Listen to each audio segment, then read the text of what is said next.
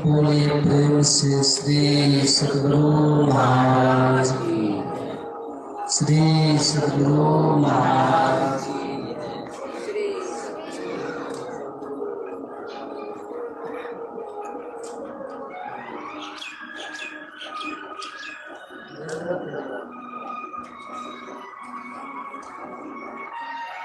श्री सद्गुरु महाराज की जय। एक बार जोर से जयकार कीजिए। बोलिए प्रेम से श्री सद्गुरु महाराज की जय। श्री सद्गुरु महाराज की जय।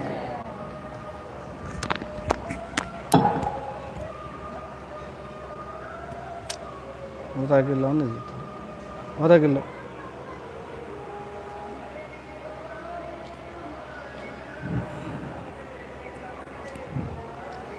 ध्येयं सदा परिभवग्नमभीष्टदोहम् तीर्थास्पदं शिवविरञ्चिनुतं शरण्यम् भृत्यार्तेऽहं प्रणतपालभवाब्धिपूतम् वन्दे महापुरुष ते चरणारविन्दम् अखण्डमण्डलाकारं व्याप्तं येन चराचरं तत्पदं दर्शितं येन तस्मै श्री गुरुवे नमः। बंदो गुरुपद कंज कृपा सिंधु नररूप हरि महामोहतम पुंज जासु वचन रवि करनी करे।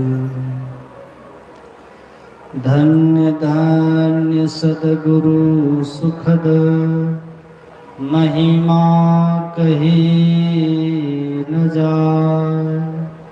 जो कुछ कहूँ तुम्हारी कृपा मोते कछु न बसा।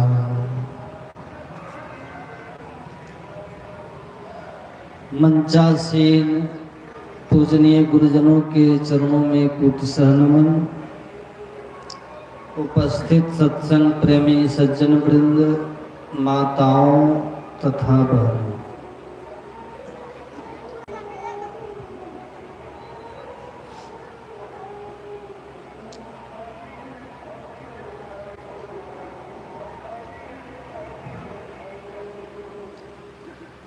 अभी हम लोग रामचरितमानस के ग्रंथ पाठ से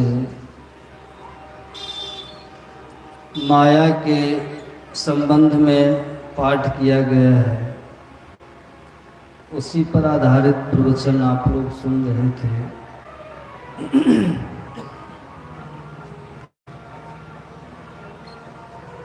ब्रह्म और माया किसे कहते हैं?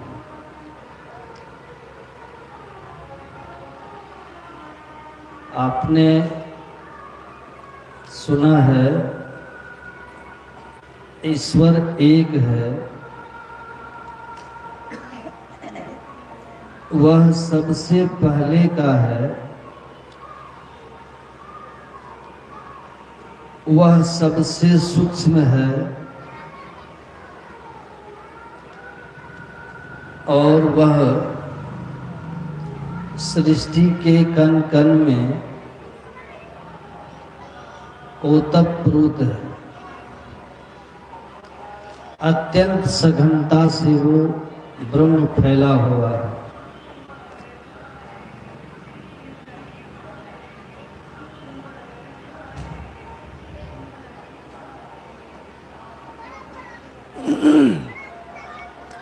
ईश्वर ने ही अपनी मौज से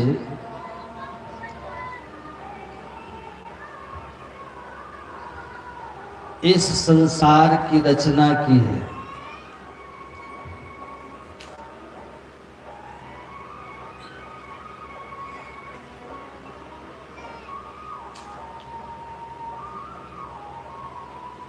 और जो कुछ भी हम संसार में देखते हैं, जो कुछ भी हम सुनते हैं, जो कुछ भी इंद्रियों के द्वारा ग्रहण करते हैं, वह सब ईश्वरकृत माया है।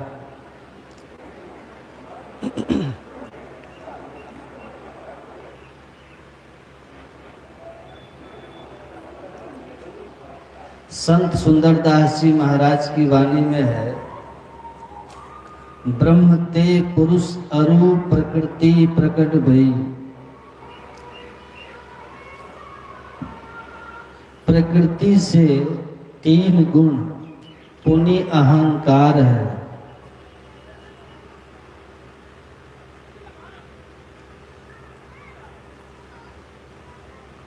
परम प्रभु परमात्मा से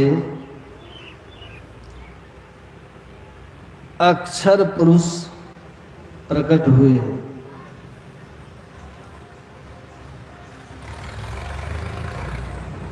फिर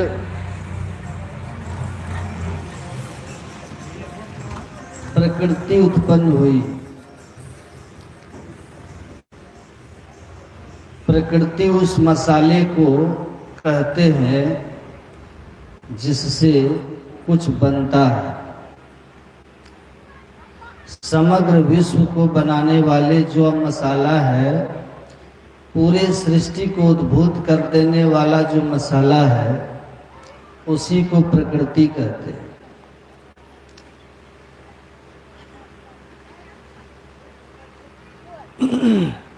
प्रकृति से ही 3 गुण उत्पन्न हुए हैं, सतोगुण, रजोगुण और तमोगुण।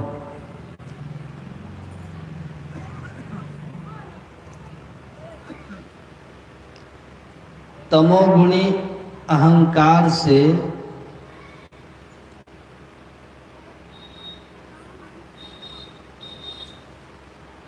पंच तत्व की उत्पत्ति हुई, मिट्टी, जल, अग्नि, हवा और आकाश।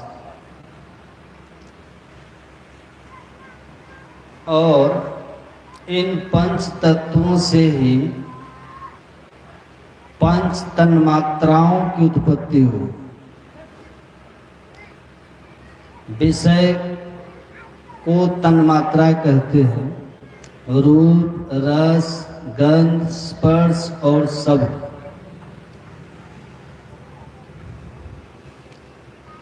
इन विषय को ही तन्मात्रा कहते हैं।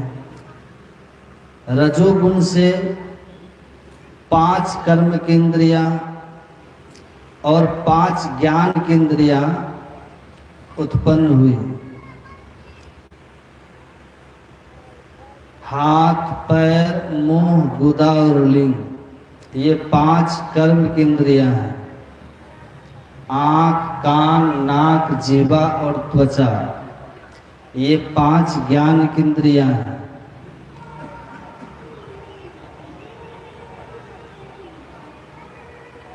सतोगुणी अहंकार से 4 सूक्ष्म इंद्रियां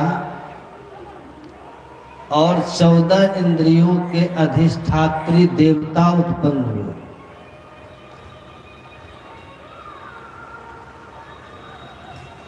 मन, बुद्धि, चित्त और अहंकार, ये अंदर की सूक्ष्म इंद्रियां।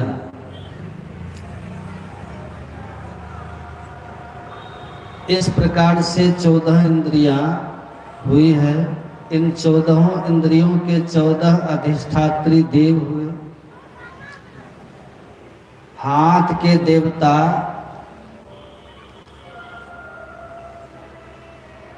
इंद्र है, पैर के देवता विष्णु है, मुंह के देवता अग्निदेव है, गुदा के देवता यम है, लिंग के देवता ब्रह्मा जी हैं,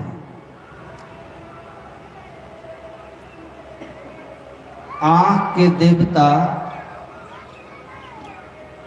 सूर्य देव हैं, कान के देवता दसों दिग्पाल हैं, नाक के देवता अश्वनी कुमार है, जिह्वा के देवता वरुण देव है, त्वचा के देवता मरुदगण है, मन के देवता चंद्रमा है, बुद्धि के देवता ब्रह्मा है, चित्त के देवता वसुदेव और अहंकार के देवता रुद्र है। इस प्रकार से सतोगुणी अहंकार से ये सब उत्पन्न हुए।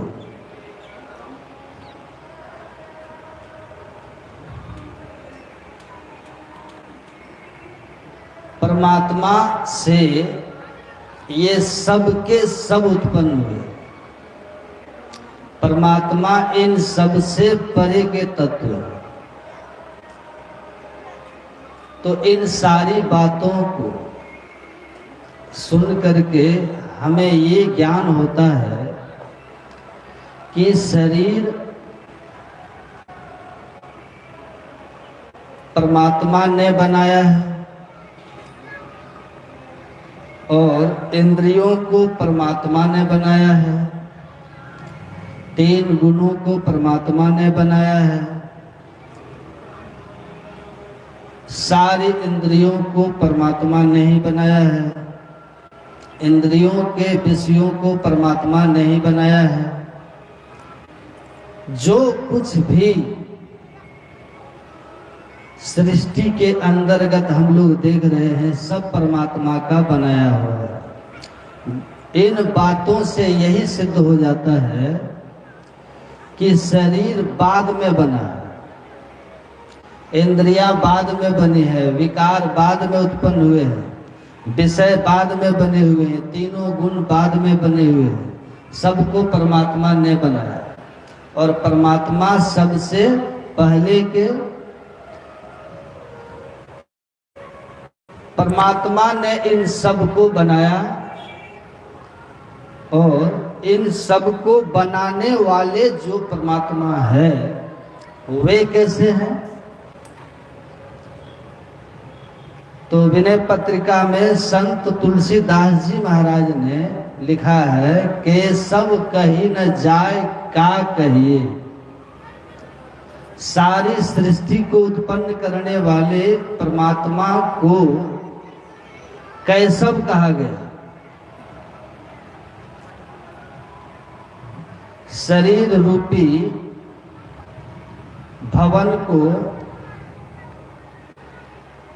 संसार रूपी घर को प्रसव करने वाले, उत्पन्न करने वाले परमात्मा को केशव कहा गया। तुलसीदास जी महाराज कहते हैं, हे परमात्मा, आपके विषय में कुछ भी कहा नहीं जाता, कहीं न जाए, फिर मैं क्या कहूं आपके विषय? कहने में कुछ आता ही नहीं। देखत तू रचना विचित्र अति, समुझ मन ही मन रही। हे परमात्मा, आपकी विचित्र रचना को देखकर हम मन ही मन समझ कर रह जाते हैं। बोलने की हिम्मत नहीं होती। परमात्मा द्वारा रचित यह विश्व कितना विचित्र है, ये कहा नहीं जाता। मैं और मोर, तुम और तू, ये पारिवारिक जीवन में भी बहुत खतरनाक होता है, और आध्यात्मिक जीवन में तो जीव को नाना दुख देता ही है। इसलिए कहा कि मैं और मेरा का भाव, तुम और तेरा का भाव जो है, ये भेद भाव वाली दृष्टि सारे दुख का कारण है, और ये माया के कारण होता है। एक होते हुए भी अनेक में दिख जाना,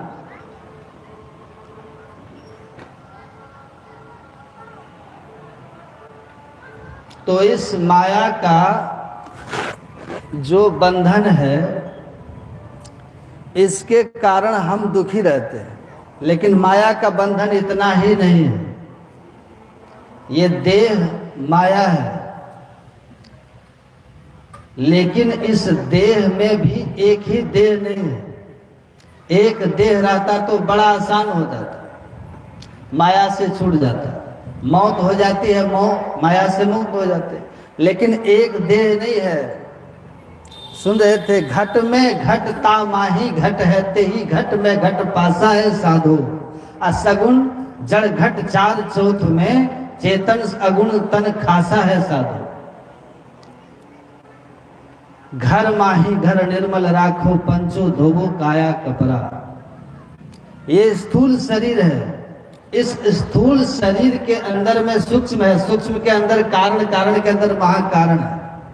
ये चार जड़ के शरीर हैं, एक चेतन शरीर है, और इन 5 शरीरों के पार में शुद्ध आत्म स्वरूप है। तो साधारण मृत्यु में एक शरीर छूट जाता है, लेकिन 3 जड़ शरीर का बंधन बंधा ही रह जाता है, जिसके कारण फिर पुनर्जन्म का हो जाता है।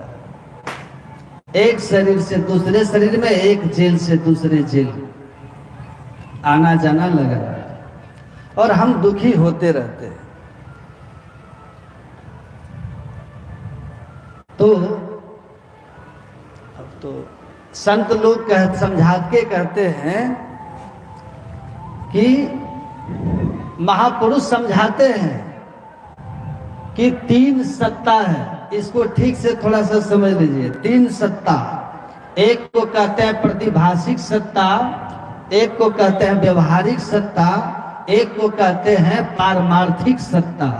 राम ब्रह्म परमार्थ रूपा, अविगत अलख अनादि अनूपा, सकल विकार रहित गत भेदा, कहीं नित नेति पुकार ही भेदा। इसको आप समझ लीजिए। कहते हैं, देखिए, राम का जो परमार्थिक सत्ता है वो कैसा है? राम ब्रह्म परमात्मा ईश्वर, परमार्थ स्वरूप, अभिगत सर्वव्यापी अनादि, जो सबसे प्रथम का है, परम तत्व आदि अंतरहित असीम अजन्मा अगोचर, सर्वव्यापक और सर्वव्यापकता के भी परे है, उसी ही सर्वेश्वर सर्वाधार मानना चाहिए। ये ईश्वर की परमार्थिक सत्ता है। और जो आप देख रहे हैं व्यवहारिक सत्ता है।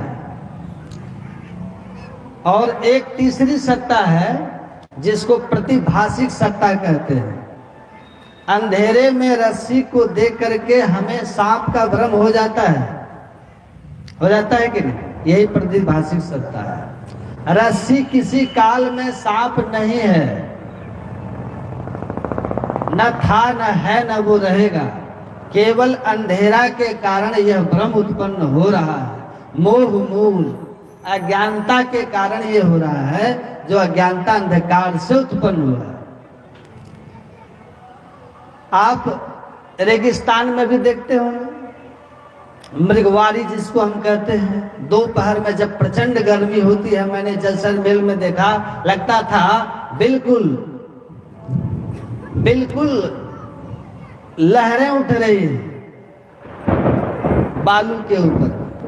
तो मौसम ठीक नहीं लग रहा है, इसलिए इस संसार में आप हैं, अपने कर्मानुसार आप जाएंगे।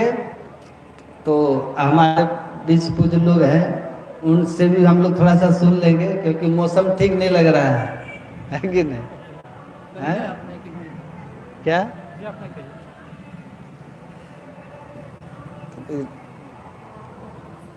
टाइम भी हो गया ना, तो दिक्कत नहीं ना आप लोग को, सुनेंगे।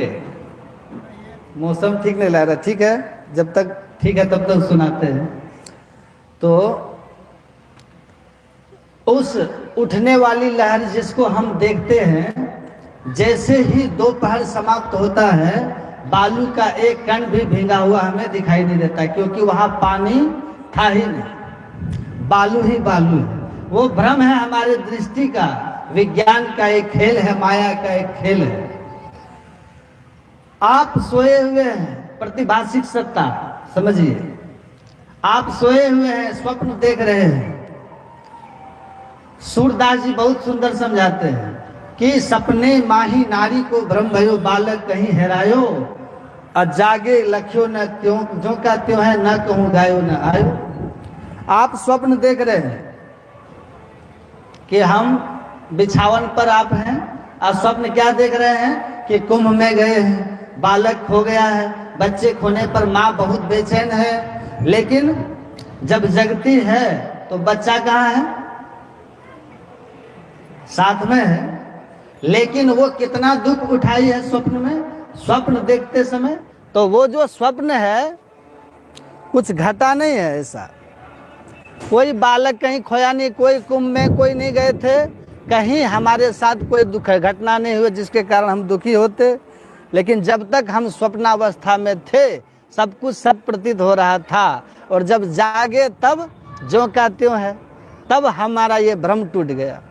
तो ये जो प्रतिभाषिक सत्ता है, ये प्रतिभाषिक सत्ता कैसे समाप्त होती है? व्यवहारिक सत्ता में जब हम आते हैं। स्वप्न क्या है? सुसुप्ति, स्वप्न, सुसुप्ति, जागृत। इसीलिए ये जो पाठ है ना, ये एकदम गूढ़ है। आप तीन सत्ताएं हैं और तीन अवस्थाएं भी हैं। तीन सत्ता, हम जिस व्यवहारिक सत्ता में रहते हैं अभी हैं, इस व्यवहारिक सत्ता में रह करके जो हमसे व्यवहार होगा, सुख दुख, जो अच्छा बुरा हमसे होगा, वह व्यवहारिक रूप में हमको सुख दुख मिलेगा और हम अनुभव भी करेंगे। बिल्कुल अभी हमको दुख और सुख हर्षित शोकित करता है कि नहीं? तो व्यवहारिक सत्ता में जब तक हम आप हैं तब तक हमको व्यवहारिक सत्ता के किए हुए सुख दुख हमें सुखी दुखी करेंगे। इसीलिए व्यवहारिक सत्ता में भी कोई अगर दुख नहीं चाहते हो तो बुरा मत करो, लेकिन केवल शुभ अशुभ करते रहे तो ये जन्म मरण का चक्र चलते ही रहेगा और हम परमार्थिक सत्य को नहीं जान पाएंगे। इसलिए जो परमार्थिक सत्य है वह इन तीन अवस्थाओं, जागृत, स्वप्न, सुसुप्ति, तीन अवस्था तजहु भजहु भगवंत, मन कर्म वचन अगोचर व्यापक व्यापक अनंत, इन तीन अवस्थाओं से ऊपर उठ करके उसको हम जानते हैं, उस परमार्थिक सत्ता को। इसलिए कहा प्रपंच पस्मो अद्वैतम शिवम शांतम चतुर्थम स आत्मा स विज्ञेय। आप न तो जागृत सत्य है, न स्वप्न सत्य है, और न ही सुसुप्ति सत्य है। ये तीनों परमार्थिक है। ये जो हम जगे हुए हैं ना, कहा ये भी सोया हुआ है। मोह निशा सब सोवन यारा देखी सपन अनेक प्रकारा। लक्ष्मण जी कहते हैं ये भी मोह की रात्रि में, अज्ञानता की रात्रि में हम सोए हुए। जागिए जी, जागू जागू जागू जीव जो है जग जामिनी, आ देह गेह नेह जानो जैसे घन दामिनी।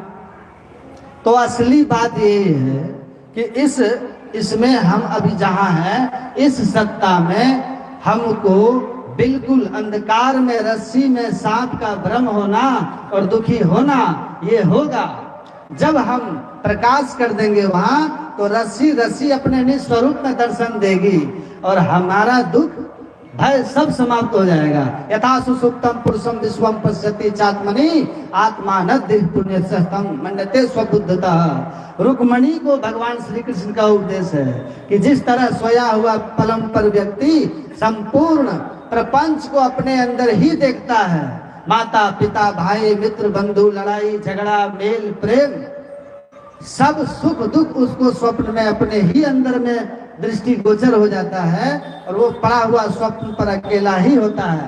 पर जैसे ही वो स्वप्न से उठता है वो अपने आप को सारे प्रपंच समाप्त हो जाते हैं, वह केवल और केवल अपने ही शुद्ध बुद्ध आत्म स्वरूप को पाता है। वैसे ही आप जहाँ पर हैं, ये व्यवहारिक सत्ता में अभी बैठे हुए हैं, ये भी एक स्वप्न ही है और इस स्वप्न में यहाँ पर किए हुए कर्म आपको सुख दुख देंगे और आप सुखी दुखी होंगे।